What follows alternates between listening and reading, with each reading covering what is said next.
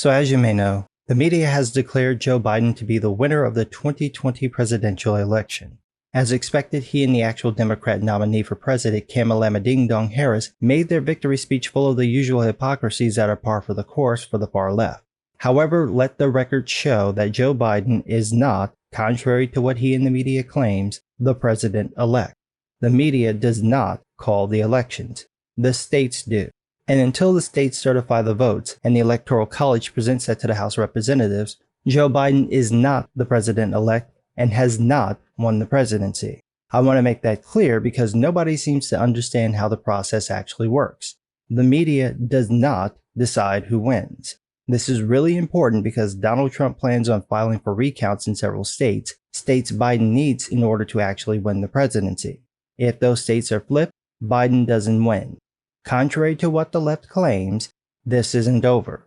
This is going to result in a bevy of legal battles that may potentially delay when the Electoral College can even meet.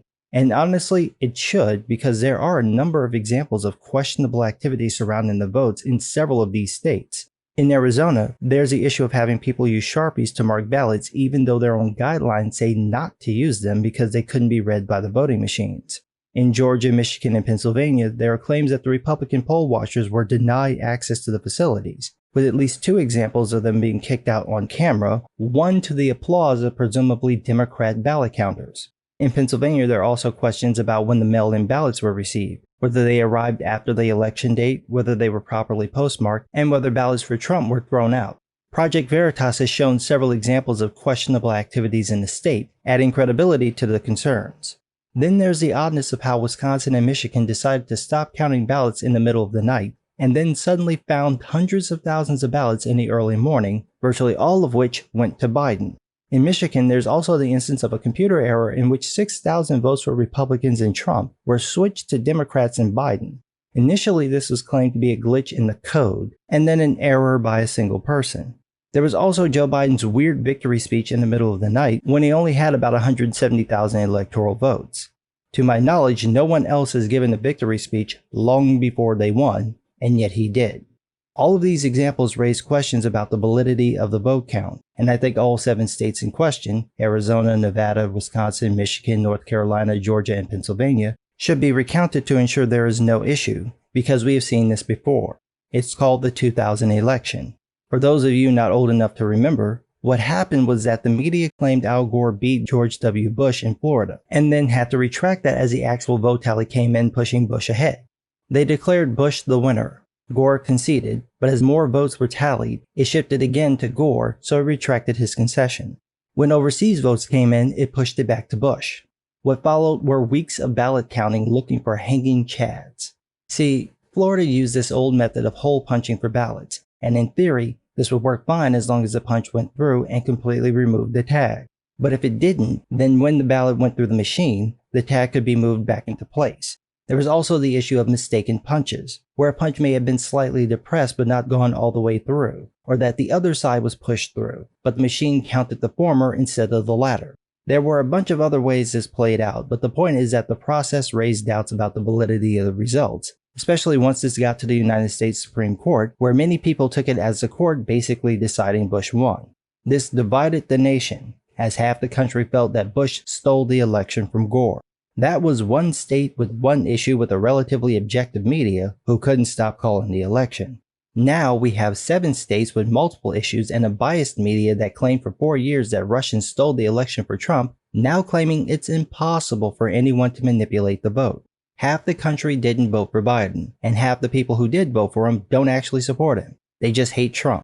You have a situation where half the country feels like the election has been stolen, and the other half is basically saying, yeah, so? That's not good.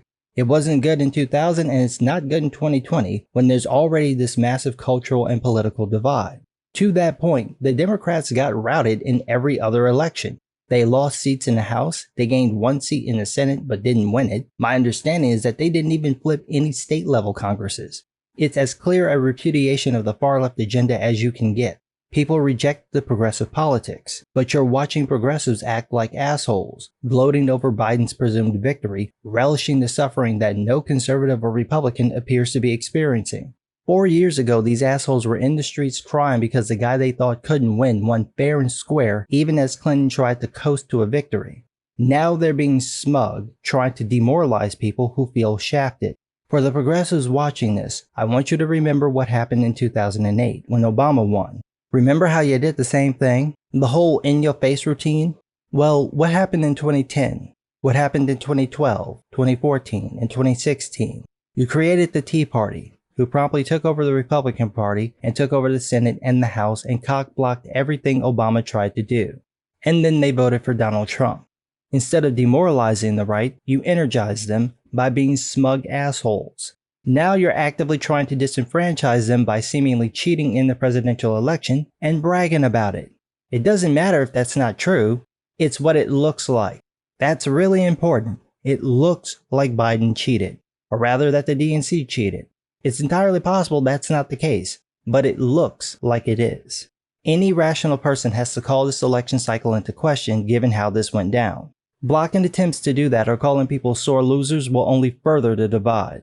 Like I said, it's entirely possible this is legit. In the same way it's entirely possible that every time Joe Biden touches a little girl without her permission, it's completely benign. But it doesn't look like it. It looks like he's being a creepy bad touch uncle, and it looks like he stole an election. I was hoping this would be clean.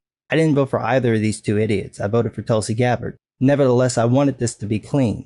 I expected either Trump or Biden would win by a narrow margin, just barely getting over, but I wanted them to do it decisively without any shenanigans. Unfortunately, that didn't happen. So now we're going to go through the legal process, and again, I want that to be clean. If you support Biden, contact every person in power who will have anything to do with the legal process and urge them to allow it, encourage it, and do absolutely nothing wrong. Because if they block it or fuck with it, it will look like they're hiding something. I want people to understand that no matter what the result, like with George W. Bush, if Biden is declared the winner by whatever governmental body, he will forever have an asterisk after his name. He will forever be seen as an illegitimate president by half the country. And rest assured, that half is going to show up in 2022 to strip away the House of Representatives, shore up the Senate, and prevent Biden from doing anything. This will galvanize the right, like they're fucking int, and they will take out Saruman and Wormtongue and Isengard with no hesitation. And my apologies to Saruman for comparing you to Pedo Joe. I know you have better character than him. Finally, let's talk about the Thief-in-Chief's victory speech. And I know you don't like it, I don't care. I'm going to call him that because I know it bothers you, and because it's probably true.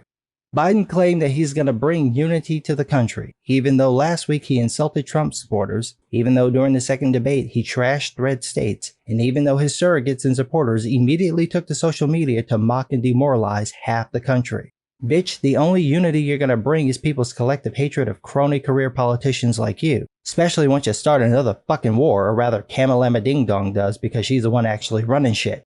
You don't get to call for unity after you and the left, the far left in particular, spent 4 years, calling anyone who doesn't support your political agenda racist, Nazis, homophobes, transphobes, misogynists, fascists, murderers, rapists, thieves, and overall deplorable human garbage.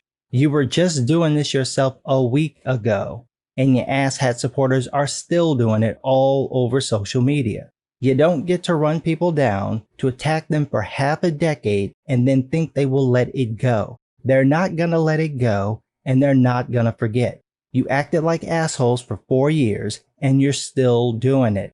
There will never be unity until you own up to that and apologize for the bullshit you did to people.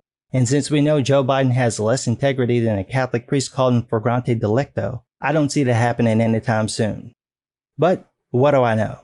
I'm just some guy.